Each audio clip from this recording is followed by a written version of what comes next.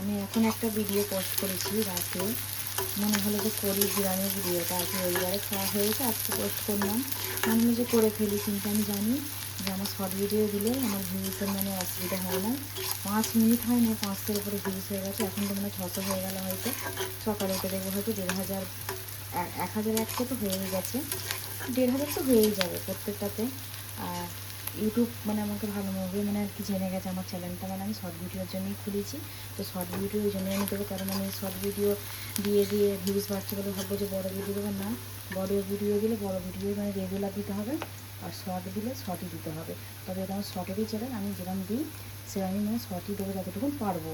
আর বড় ভিডিও মন গেলে একটা একটা করে দেবো, যতদিন না মানে ওই চ্যানেলটা মানে ভিডিও দিচ্ছি জাহাঙ্গীর মোল্লা।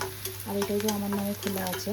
তো এই ফোনটা মানে ভুলবশত আমার হাত থেকে পড়ে হয়ে গেছিলো।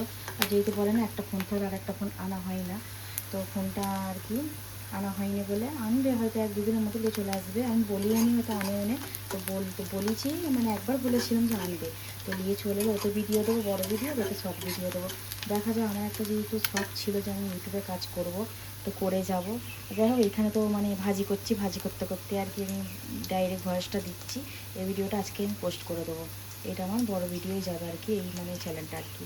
যাতে আমার মুসিরা খাতুম আছে।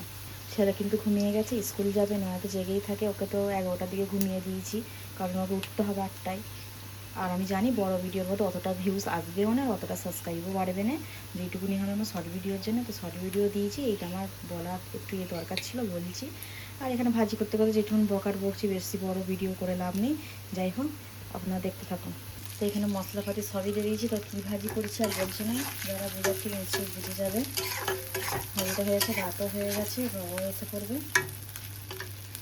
চলো বা ভাজিটা হোক, আমি ভিডিওটা এখানেই করে দিচ্ছি, কারণ অনেক বড় ভিডিও হয়ে যাবে।